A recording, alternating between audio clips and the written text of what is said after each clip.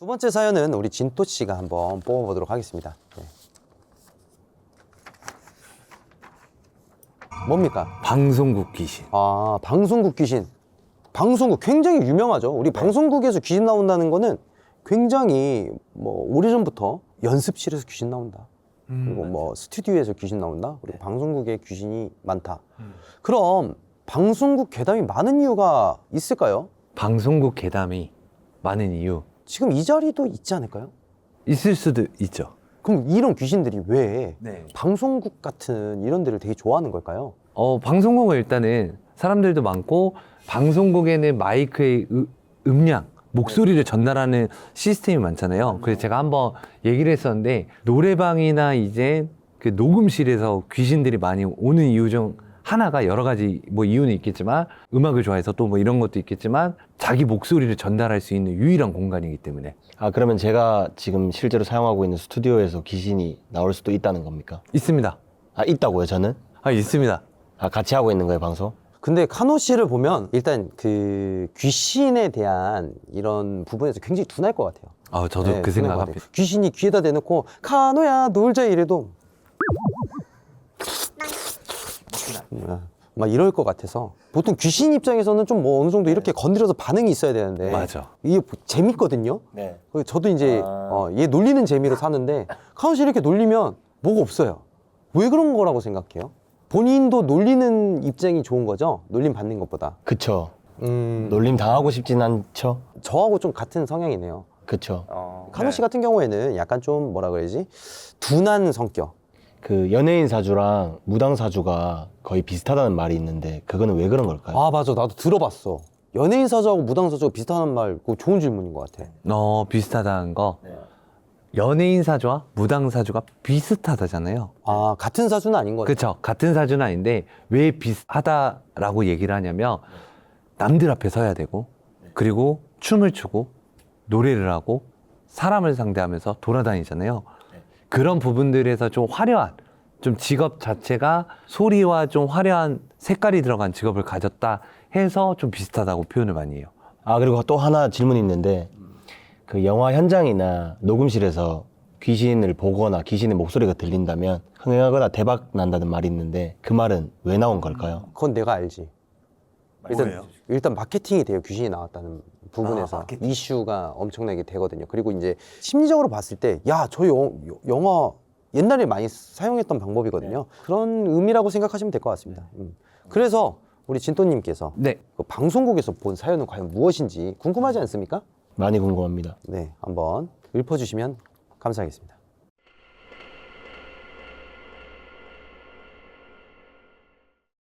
네, 제가 오늘 소개시켜 드릴 사연은 K방송국에 대한 사연입니다. 안녕하세요. 저는 대한민국의 건장한 남성입니다. 제 이야기는 2010년경으로 거슬러 올라갑니다. 대학 졸업 후 여러 해 동안 다양한 아르바이트를 하며 일자리를 찾고 있던 때였습니다. 이력서 제출과 면접 실패를 반복하다 보니 자존감이 많이 떨어져 있었죠. 그러던 중 공중파 모 방송국에서 AP 로이티 외신 번역 작가를 모집한다는 것을 인터넷에서 보게 되었습니다. 저는 이번에도 또 떨어진다면 구직 활동을 포기할 생각으로 이력서를 제출하였습니다. 몇 번을 겪어도 긴장되는 면접이지만 다행히 잘 진행되던 그때 제 면접 담당이던 선임 기자와 국제부 팀장이 같은 질문을 저에게 물었습니다. 얼마나 일할 생각이에요? 2년 정도 일하고 싶습니다. 1년만 버텨주면 고맙겠습니다. 일찍 그만두는 사람이 많나? 속으로 잠시 의아했지만 면접 분위기가 좋아 그런 질문을 던질 수는 없었습니다. 내일부터 바로 출근을 하라는 국제부 팀장의 마지막 말에 저는 면접을 보기 전부터 갖고 있던 고민을 솔직하게 이야기하였습니다. 그런데 사실 제가 번역 일은 해본 적이 없습니다. 팀장은 대수롭지 않다는 듯 잘 번역할 필요 없습니다. 초안만 써주시면 기사는 기자가 씁니다. 라고 대답하고는 내일 보자는 인사와 함께 자리에서 일어났습니다. 팀장이 나가자 남아있던 다른 기자가 제가 앞으로의 일정을 알려주었습니다. 5조 상교대입니다. 2일은 낮에 출근하고 1일은 밤새 근무를 하고 2일 동안은 쉽니다. 일이 힘들기보다 시간 때문에 힘들어서 사람들이 초반에 많이 그만뒀어요. 이래서 언제까지 다닐 건지 계속 물어봤던 거구나 싶었죠. 하지만 마지막 구직 시도였던 저는 아무리 힘들어도 2년 이상은 어떻게든 버틸 생각이었습니다. 그런 제가 야간 근무 따위는 아무런 문제가 되지 않았습니다. 그 당시에는 말이죠. 그렇게 바로 다음날 저는 첫 출근하였습니다. 야간 근무 쪽으로 투입된 저는 일찍 출근하며 밤새 근무하는 동안 졸지 않기 위해 신간 1층 커피숍에서 커피를 마시고 있었습니다.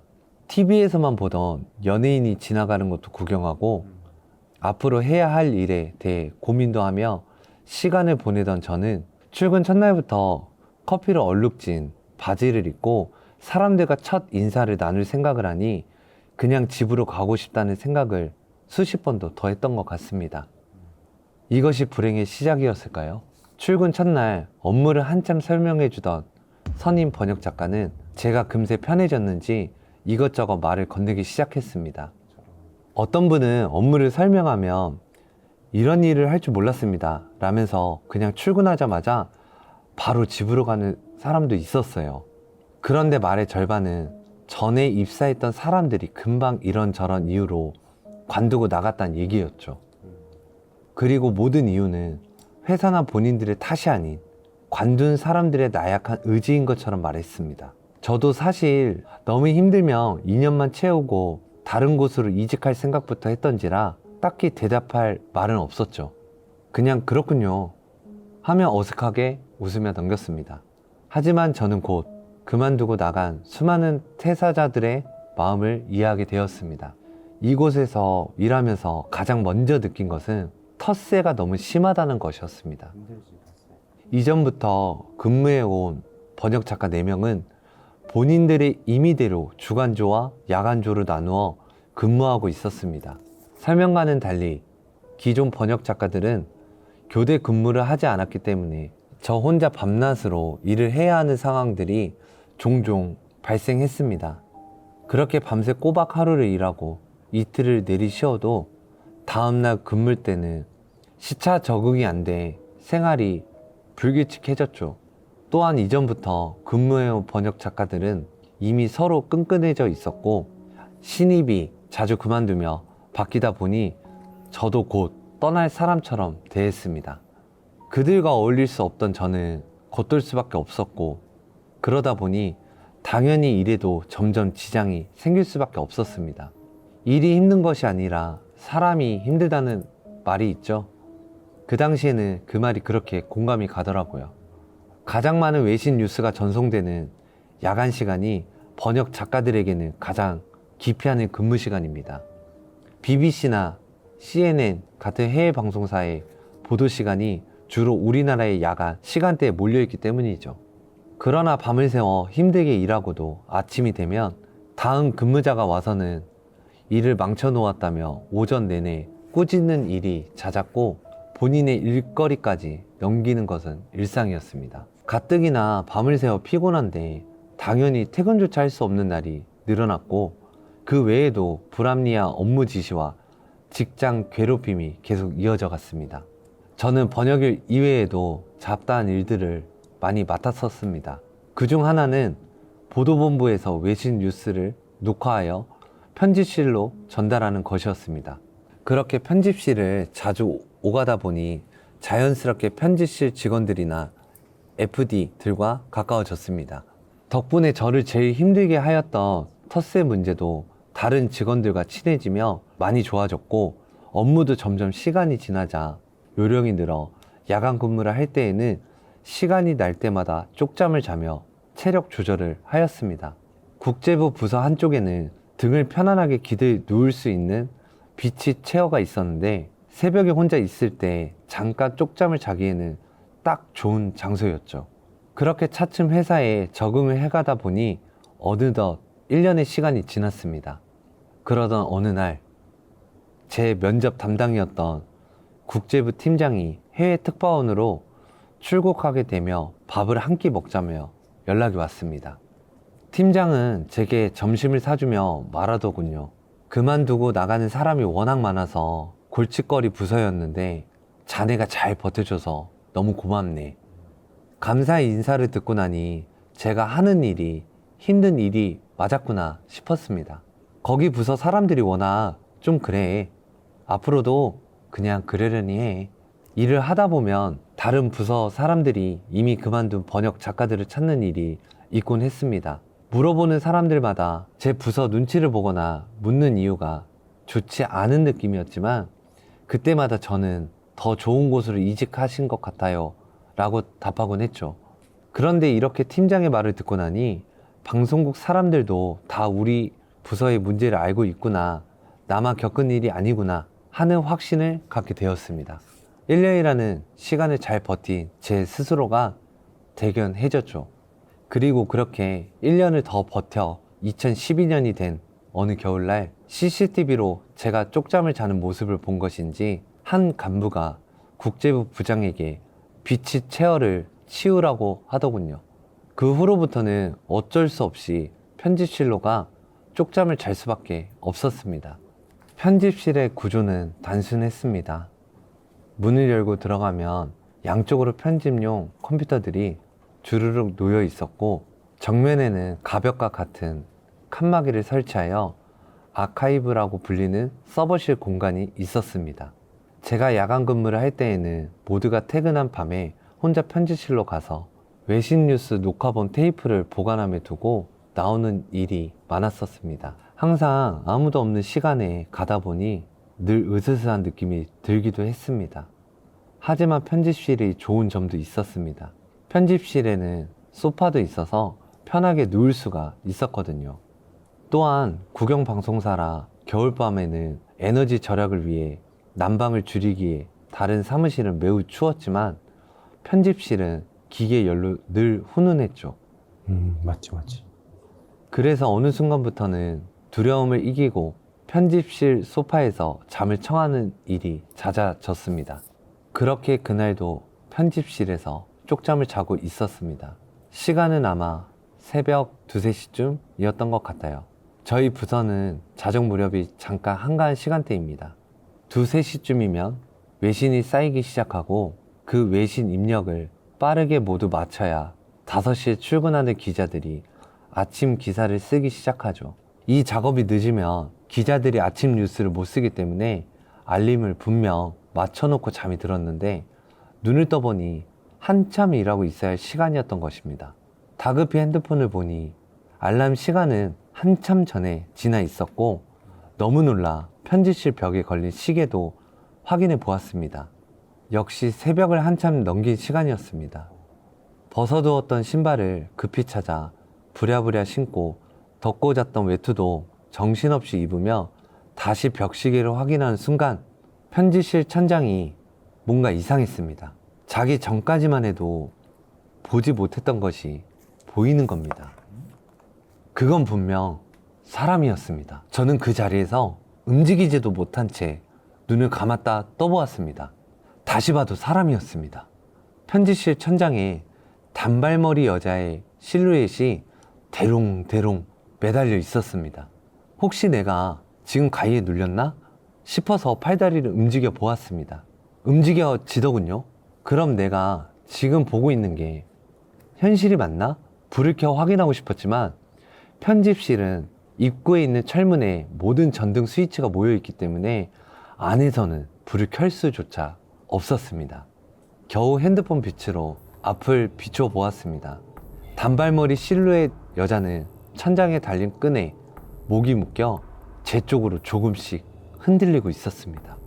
곧 제게로 달려들 것만 같은 기분에 저는 있는 힘껏 편집실을 박차고 뒤도 돌아보지 않고 달리기 시작했습니다. 정신을 차려보니 그곳이 여자 화장실이라는 것을 깨달았지만 도저히 무서워서 다시 나갈 수가 없었습니다. 남자 화장실과는 달리 여자 화장실 안에는 세면대 옆에 샤워기가 있었습니다. 저는 어찌나 무서웠던지 그 샤워기를 잡아 뽑아 두 손에 꼭 쥐고 한참을 그렇게 여자 화장실에서 숨어 있었습니다. 새벽에 출근한 청소 아주머니가 저를 보고 놀라서 소리를 지를 때까지요. 저는 겨우 해명을 하고서야 그곳에서 나올 수 있었습니다. 그날 이후 저는 그 시간대의 편집실은 어떻게든 피했고 야간 근무 때마다 잠시 쪽잠을 자던 것을 그만둘 수밖에 없었습니다. 그 후 편집팀과 같이 점심을 먹으며 귀신을 보았다는 얘기를 저는 슬쩍 꺼내어 보았습니다. 얘기만 했는데도 사색이 되더군요. 뭘 더 묻지도 않고 제 얘기는 전혀 못 들은 것 마냥 다른 이야기로 넘기기에 분명 뭔가 있다 싶었지만 그날은 그냥 그렇게 넘기는 수밖에 없었습니다. 그 이후 흔히 있는 방송국 괴담들이 있지 않냐며 이야기를 꺼내 보았지만 또다시 같은 반응을 보였고 저는 더더욱 궁금해져 갔습니다. 그러다 1년 전 다른 곳으로 이직한 편집자 친구 한 명이 떠올랐죠. 전화를 걸어 근황을 짧게 묻고 바로 본론으로 들어갔습니다. 제가 겪었던 그날의 일을 말하자 잠시 뜸을 들이던 그는 더 이상 이곳과는 관계가 없으니 말하는 거라며 짧게 답해 주더군요. 야근하던 직원이 편집실에서 목을 매 숨졌다는 얘기를 오래전에 듣긴 했어요. 저도 자세한 건 모르지만 아마 당신이랑 같은 번역 작가였다고 들은 것 같아요. 그 부서가 좀 예전부터 사람 문제가 잦았거든요. 어쩌면 저는 제가 본 이 귀신이 직장 내 괴롭힘에 대한 원한을 갖고 있는 것이 아닐까 하는 생각이 들었습니다. 당연히 어디든 사람 문제가 아예 없을 수는 없겠죠. 특히 저희 방송국처럼 큰 회사는 더욱 그럴 테고요. 하지만 저는 그런 사건이 발생했음에도 불구하고 반성은커녕 왜 오히려 시시하며 없던 일로 감추려는 건지 그 점을 더 이해할 수 없었습니다. 사람들의 이런 태도를 계속 겪다 보니 저는 이후 일에 대한 열정이 점점 식기 시작하였습니다. 야근을 하는 날에는 술에 의존하기까지 시작했죠. 제 직업 윤리와는 매우 어긋나는 일이었지만 그렇지 않고는 도저히 견딜 수가 없었습니다. 어느덧 새해를 앞두고 있던 날 국제부 기자들의 보직이 갑자기 크게 바뀌었습니다. 새 국제부 팀장은 모든 팀원들과 개인 면담을 나누었습니다. 저는 이 기회에 솔직하게 털어놓기로 하였습니다. 전 더 이상 밤새 근무를 하지 못하겠습니다. 다른 시간대로 옮겨주셨으면 좋겠습니다. 그러나 예상 외로 답변은 매우 냉정했습니다. 아니 솔직히 남자가 귀신 때문에 밤샘 근무를 못하겠다고 하는 게 상식적이라고 생각합니까? 못하겠으면 그만두세요. 다른 사람 뽑아서 메우면 되니까. 2년만 어떻게든 버텨보겠다던 제 입사 초기가 떠올랐습니다. 그 다짐의 시간은 어느덧 훌쩍 지나 있었고 사실 그만둬도 상관은 없다고 생각했습니다. 하지만 2년간 번역 작업에 익숙해지고 일은 편했기에 그만두기가 솔직히 현실적으로 아쉬웠죠. 그러나 저는 2013년 초 결국 사표를 쓰게 되었습니다. 술로 버텨가며 야간 업무를 하는 생활도 지겨웠고 양심적으로도 계속 걸렸기 때문이죠. 술에 취해 하는 번역이 제대로 됐을 리도 없고 사직하는 날 회사 제 자리에는 새 번역 작가가 벌써 출근해 있었습니다. 그렇게 비록 끝은 좋지 않게 회사를 떠났지만 이후로도 회사의 나쁜 감정은 남기지 않으려 노력하였습니다. 오히려 아무 경력 없던 제게 일할 수 있는 기회를 주어 감사했고 많은 걸 배울 수 있음에 좋았습니다. 생애 첫 직장 그리고 첫 사직서, 첫 이력서를 낼 만큼이나 사직서 제출에도 많은 용기가 필요했던 그날이 떠오릅니다.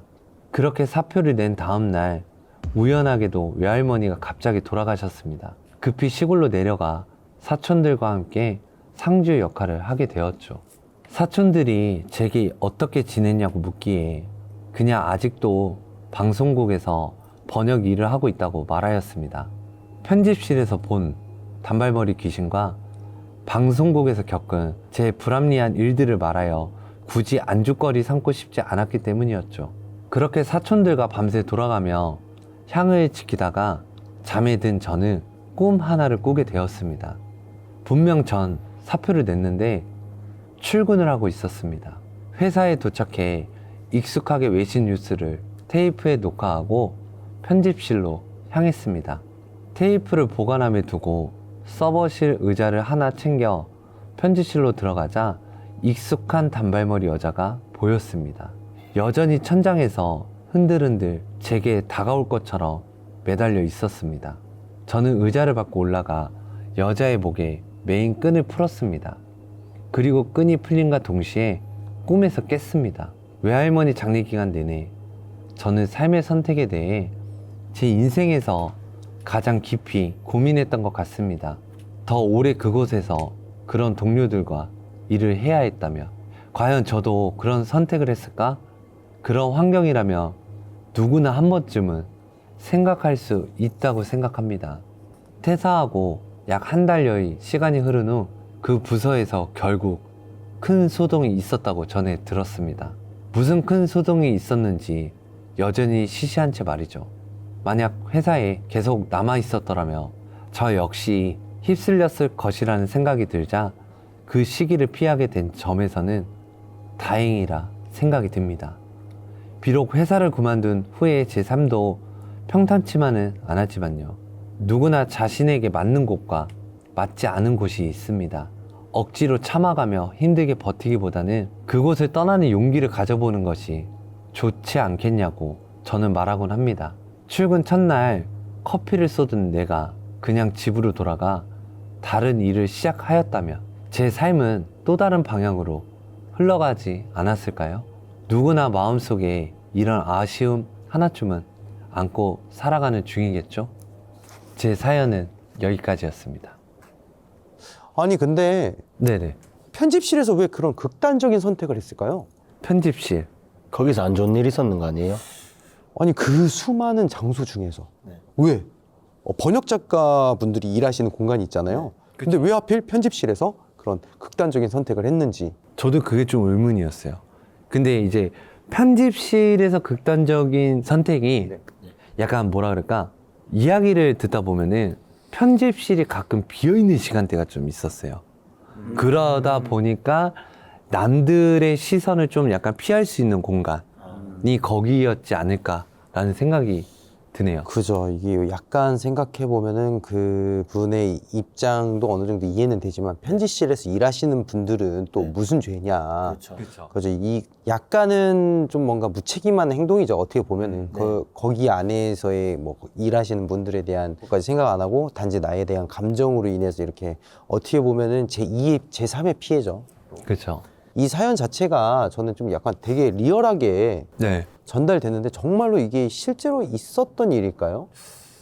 저도 이 사연을 받으면서 좀 고민해봤는데 있었을 법한 내용이에요. 충분히. 저도 충분히 있었을 이야기를 이렇게 제보를 한 게 아닐까라는 생각이 드는데 우리 카노 씨 생각은 어떠세요? 그것보다 편집실에서 자살한 거 다른 사람한테 피해 준다고 하셨는데 죽는 판국에 그런 것까지 생각하겠습니까? 일단 그런 부분이죠. 그러니까 사람은 어디까지나 이기적이라는 거죠. 누군가의 이기적인 것 때문에 자신이 극단적인 선택을 하는 건데 그 이기적인 방법을 또 다른 자기만의 방법으로 이렇게 했다는 거잖아요. 그러니까 결국은 도찐 개찐 아니냐 그런 식으로 따지면 똑같은 거죠. 그거를 얘기해주고 싶었던 건데 뭐 그렇죠. 죽는 사람 입장에서 뭐 굳이 그런 것까지 생각 안 할 건 아니지만은 그래도 제3의 피해로까지 가면서 이렇게 극단적인 선택을 할 것이냐, 죽을 만한 그런 이기적인 마음을 가지고 더 살면 좋지 않을까. 맞습니다. 네, 그런 이야기를 해주고 싶은 건데 이 귀신이 왜 사연자에게 보였을까요? 사연자에게. 네, 뭐 마치 뭐 사연자가 같은 번역 작가니까 너 여기서 도망쳐야 돼.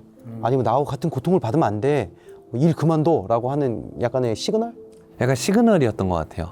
오랜 기간 동안 보통 이제 사연을 보면은 빨리빨리 나갔다 했잖아요. 그만두고 다른 직원분들은.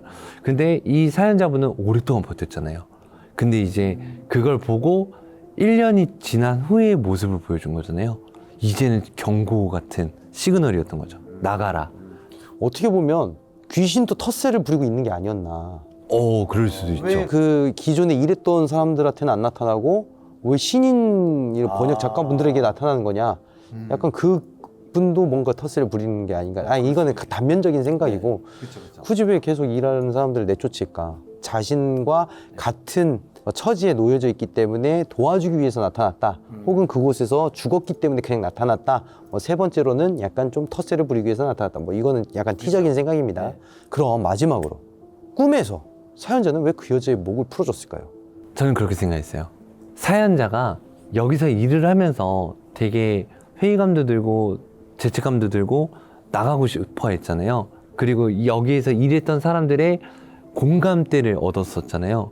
그래서 마음에 걸려가지고 귀신을 본 그 여자가 마음에 걸렸어갖고 생각을 하다 보니 꿈에 나와서 그 끈을 풀어준 게 아닐까. 속박을 좀 뭔가 풀어줬다.